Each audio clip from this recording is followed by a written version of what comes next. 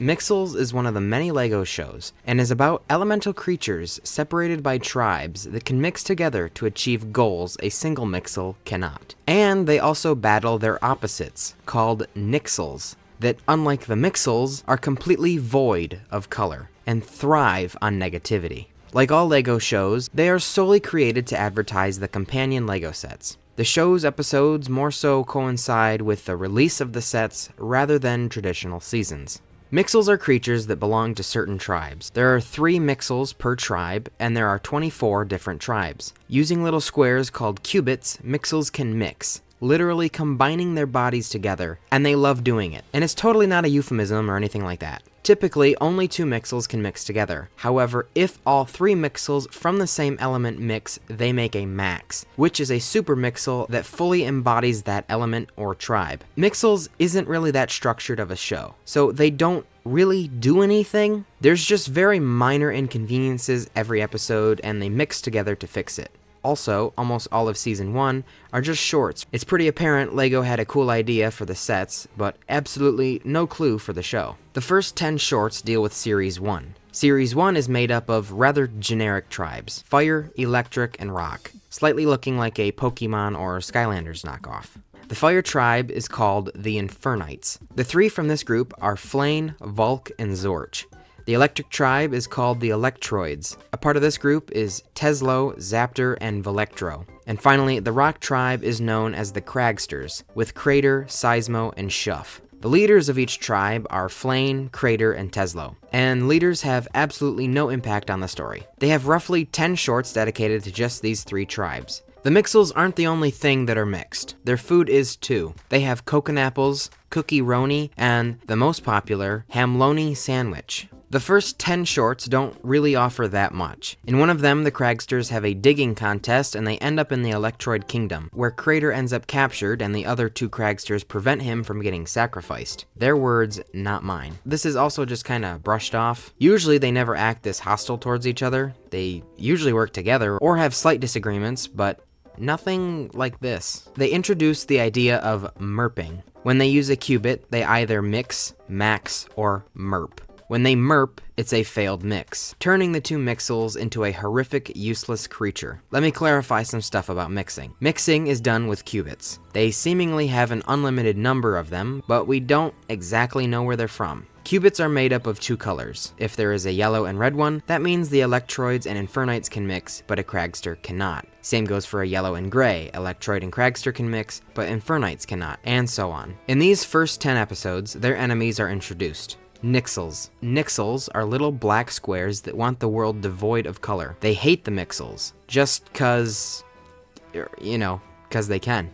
They don't have a great reason. There's thousands of Nixels, but they never really prove to be an issue for the Mixels. The Nixels want to nix the Mixels and break all of the cubits so they can no longer mix. The next 9 episodes, Series 2 is introduced, and now we have 9 new characters. The new groups are the Frosticons, with Fleur, the leader, Slumbo, and Lunk. Next is the Fang Gang, with Jog, the leader, Chomley, and Gaba. They are basically plant type. They have massive appetites and grow their own food to satiate themselves. However, they also literally eat everything. Finally, the Flexers, with Craw, the leader, Tentro, and Bulk. They finally give us a tribe that you wouldn't find in Pokemon or Skylanders. They are basically rubber. Nothing really happens in the next 9 shorts though, besides more story building with the Nixels. It's revealed that the Nixels actually have a leader, that being Major Nixel, and he obviously commands the Nixels. He makes the Nixels do Mixel face and change their color to disguise themselves as Mixels.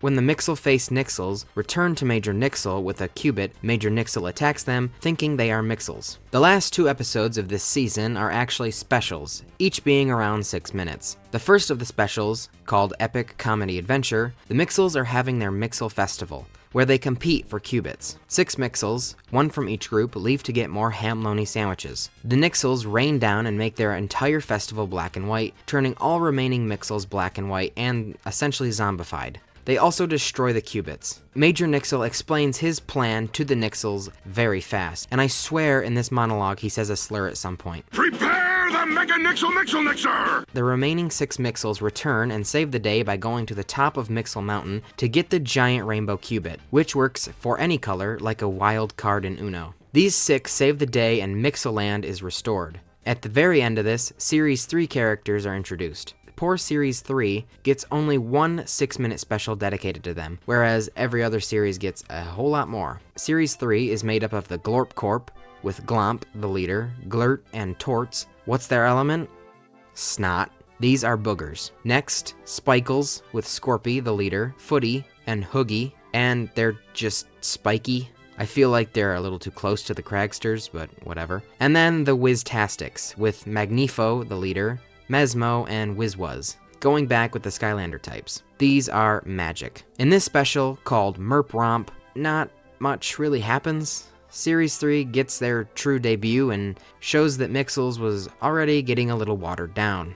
In comes Season 2, and again, it's not really Season 2. It's 4 episodes, at roughly a half-hour each. The first of these specials is Mixel Moon Madness, focusing solely on Series 4. Did you think Mixels was maybe running out of ideas a little bit with Booger and Spike characters? How about straight up reusing a type? Introducing the Infernite Cousins. Just 3 more members to add to the Infernite tribe. I don't know if it was a lack of ideas or that the Infernites sold so well. The new members are Flamezer, Meltus, and Bernard. Flane is still the leader though. These Infernites are on a camping trip worried about forest freezes, and are abducted by the Orbitons. Their element is basically astronaut, with their leader, Nixbutt, even though he's barely focused on, Rokit, and Nerpnot. Nerpnot has a spinning head, one side with one eye, and is a wise old man, and on the other side with 2 eyes is a baby that throws tantrums. It's not like one guy with 2 personalities, they are 2 different characters. I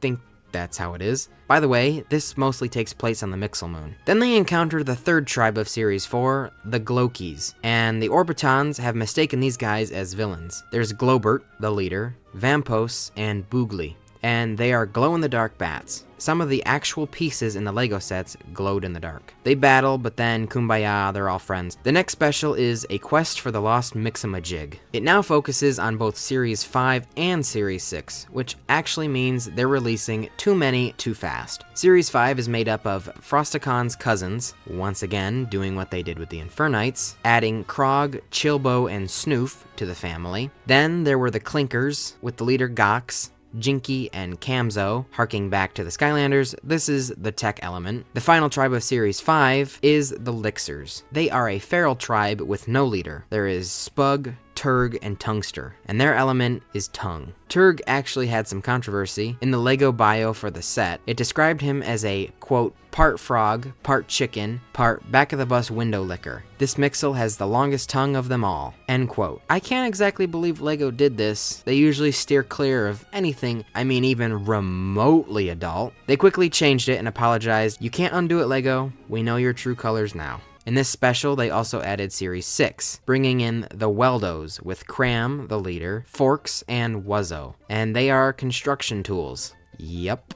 Apparently, the Snot characters were popular enough, and they also got cousins. So the Glorp Corp is the 3rd and final tribe to get 6 members, introducing Dribble, Gurgle, and Slusho. Look at Slusho, Mesmo, and Fleur. At this point, they are getting beyond repetitive. And now with the Munchos, essentially redoing the Fang Gang's personality of eating, just without the plant aspect. The leader is Vaka Waka, and then there's Snacks and Burp. The second special is pretty much the last good thing this series has to offer. A new character is introduced, King Nixel. Surprise, Major Nixel has a boss. King Nixel instructs Major Nixel that the way to defeat the Mixels is to create a conflict between them. They cannot mix if they do not get along. The Nixels create this ruse that there is a mystical Mixamajig, and that certain Mixels are special and chosen by some divine Mixel god. They actually give him a name, Maximum Mixel. If there is a Mixel god, can he mix with a regular Mixel? What happens then? You know what, I'm not gonna get into Mixel theology. Maybe another time. There's one quote-unquote chosen one that has a key to the Mixamajig, Snoof, and we follow him as he chases a metal capsule. There is a I think, really clever adult joke. One of them says the capsule was a mixeroid, play on asteroid, and then someone else says my grandma had one of those. In case anyone doesn't understand, they're referencing hemorrhoids. And then they meet the Munchos, and then it gets pretty clustered. They're all in pursuit of the capsule or whatever, but there is one scene that doesn't make sense. 3 Glorp Corp, 3 Munchos, and 2 Frosticons are chasing after Snoof, the 3rd Frosticon. They create 3 three-way mixes, 1 Glorp Corp, 1 Muncho, and 1 Frosticon, making all 3 mixes green, purple, and blue. However, this is not possible as they are chasing the 3rd Frosticon needed to make that happen. They even show them unmix, and it shows the inconsistency. Just a little funny thing I noticed. Then they meet up with the Clinkers, and then the 4 tribes split up in the Lixer land. Now, with 5 tribes, they make it to the Mixamajig, but so has every other previous Mixel tribe with multiple chosen ones. If my math is correct, there are 54 Mixels here to claim the Mixamajig. They realize they just might have been scammed. King Nixel sort of then breaks the fabric of reality and traps all Mixels in a sack of the background. The Mixels then have their Avengers moment and they create all of their Mixel maxes. King Nixel amalgamates with the Nixels, which he quite literally does what he hates the Mixels for, but whatever, he used a different word, so I guess it doesn't count. Then the Mixel maxes do something even cooler and mix with each other, creating a horrific abomination. I mean an Ultramax. That's what it's called. They defeat King Nixel, and then we're introduced to the Weldos, and then Mixopolis. If this video was called The Rise and Fall of Mixels, this would be the fall part. Say goodbye to every character we know. We still have the tribes, but it completely throws away the idea of Mixels. Mixel tribes were only supposed to have 3 members with the exception of 3 tribes. Now in Mixopolis, all of the tribes exist, but they don't stick together and act like tribes. They're just people now with elements, and they don't really use their tribe's powers or anything that makes them Mixels. They sort of just throw the idea of tribes away. The 3rd special is called Every Night Has Its Day, showcasing Series 7. The most prominent is the Medievals, or Medievals. You know, I don't know how you're supposed to say that. The leader is an almost entirely off-screen character, the King, but heir to the throne is Camelot, a castle tower. They ran out of ideas. And then there's Mixidel and Paladum. They're the castle element, I guess. Not that elemental powers have been a thing for a while, but what would these guys' powers even be? Then there's also the Mixies, which is a band. The leader is Jamsy, and then there's Tapsy and Trumpsy, all instruments. Again, I mean, are these really Mixels anymore? Finally, there's MCPD, Mixopolis City Police Department, and the Mixels are police officers. Series 7 isn't half bad in toy form, but in the show, they are not at all practical. The leader of the MCPD is called Sergeant, but he's only in the show and not a physical toy, so there's Cuffs, Busto, and Tickets. In the special, Camelot and Mixidel come to the Mixel school. I just want to give a reminder, all of the other students and teachers are just members of the tribe with no specialties or anything that makes them Mixels. Camelot and Mixidel are supposed to fit in despite being part of the royal family. They each take very stereotypical character types. Camelot is very accepting of everybody, but Mixidel still expects to be treated like royalty and is rude to everyone. It's basically just a really long argument. At one point they go to a zoo and there are Mixel animals, and that opens a whole other door. Are there Mixel subspecies? Is there a Mixel hierarchy? What defines a Mixel and a Mixel animal? Is there a defining line? Can Mixel animals mix? Yes, they can. So are these really Mixel animals? Or have a certain group of Mixels enslaved another group of Mixels? The Mixel animals actually escape the zoo and cause havoc. I didn't think this show would become an allegory of some kind, symbolizing oppression or something, but I think it might have. I think they forgot that Mixels was also supposed to be an advertising show. This special focuses almost exclusively on just Camelot and Mixidel. The Mixies are barely in it, and the MCPD are barely in it. It gets even worse in the final special, at least on the advertising side. The final special, and the final bit of Mixel's media overall, is called Nixel Go Away. This special is about Series 8 and Series 9. Well, it's supposed to be, but they really aren't here. Series 8 introduced MCFD, Mixopolis City Fire Department, Splashes, Aquad, and Hydro. That one's not even a play on words. they're not really in this. There's the Pirates, mimicking pirates, no-brainer, Sharks, Skullsy, and Loot. They make only the briefest of brief cameos in this. And then there's Medics with Sergio, Scrubs, and Tooth. They're medical-related Mixels. I mean, at this point, why are they still trying? They also are not even hardly in this special. In Series 9, there's Trashos, Garbage-Based. I mean, that just about sums up the last half of Mixels. Gobble, Sweeps, and Compacts. Ninjas, the most prominent in this special. I don't understand the name. They just added a D to ninja. It's not even a pun or anything, I don't think. And it doesn't change the pronunciation. Misto, Spinza, and Cobrax. Then the final tribe, if you even call it that anymore, the Newsers. Screeno, Camsta, and Mike. They broadcast the news. In this special, Nixels are back, and they are spreading propaganda throughout Mixopolis. This is, yet again, another allegory. King Nixel is back and wants to do the exact same thing as last time. He needs to make the Mixels hate each other. They offer the Mixels new upgraded qubits, called iQubits. It's completely optional for them to upgrade, but everyone does, and makes everyone hate each other. Totally not referencing iPhones and social media. There is a small group of kids from various tribes, but the main leader is Booger. The creators sure do love the Snot tribe. He doesn't want to turn in his qubit, so he doesn't.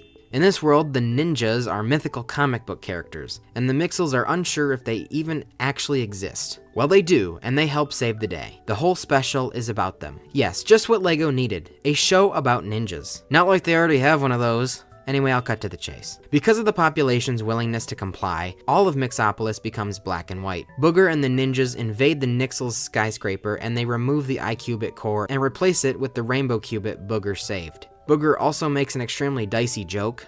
Oi! There goes the neighborhood. I'm genuinely surprised they put that in there. They defeat King Nixel, and then his little Nixel inside his brain flies off and then gets disintegrated. The color returns to Mixopolis, and then it's done. Mixels were done, probably for the best. But we cannot forget about the games. There was surprisingly a lot of them. Mixels was the first 2D LEGO show. Ninjago and Chima were both CGI, and because of that, Mixels stood out as a unique LEGO show. While now this game turns them 3D, and, well, they're ugly. The storyline of this game is just a redo of the first special epic comedy adventure where the Nixels ruin a festival. The other mobile game is Mixels Rush. They sort of just steal another episode for the plot. Then there were multiple online games. Mixels Mania. You sort of just push a button and it mixes the LEGO models. It's bad. Who's in the Mix? You have to guess which two Mixels make up the mix. Not awful. Mix Your Neighbor. It's just a match 3 game. And then there were also small little games for specific tribes on the Cartoon Network website, but I mean, they're generic, and I promise they contribute absolutely nothing to the plot. Anyway, Mixels was a small part of my childhood. They were something new on the LEGO shelf, and I had quite a few. Fine, I'll go get mine. They were fun. After this video, I'm considering getting all of them. However, I don't think that would be a wise way to spend my money. I have a few more than this, but they've been demolished in my LEGO bins or something. Anywho, Mixels was fun, but it got wrecked. Why? Because of greed. I think, anyway.